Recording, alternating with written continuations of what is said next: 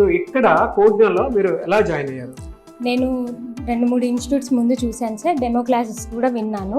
నాకు కోడిగ్నన్ బెస్ట్ అనిపించి వచ్చాను సార్ ఇక్కడికి. డెమో క్లాస్ విన్న తర్వాత అది పక్కా కాన్ఫిడెంట్గా ఫిక్స్ అయ్యి జాయిన్ అయ్యాను సార్ నేను. ఓకే, మీరు ఏం చదువుకున్నారు? నేను బీటెక్ సిఎస్సి సార్.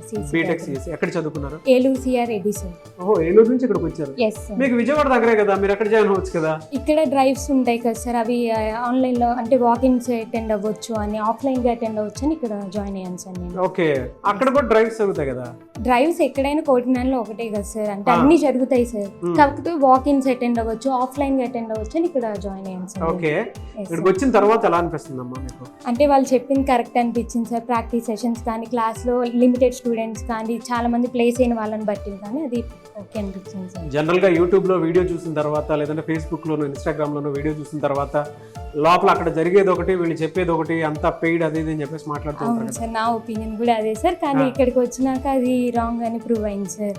అంటే వీళ్ళు చూపించే ప్లేస్మెంట్స్ కానీ, ప్రాక్టీస్ సెషన్స్ కానీ, అంటే ఫ్రెండ్లీ టీచర్స్ కానీ చెప్పడం కానీ, సపోర్టివ్ నేచర్ కానీ అది రాంగ్ అని ప్రూవ్ చేసింది సార్. అంటే ఒకసారి అంటే డెమో కానీ, సుబ్బు సార్ చెప్పే క్లాస్ అవి విని కానీ ఇది ఓకే అనిపించింది సార్ నాకు. ఇంకా అందుకని ఇక్కడ జాయిన్ అయ్యాను సార్ నేను. ఓకే,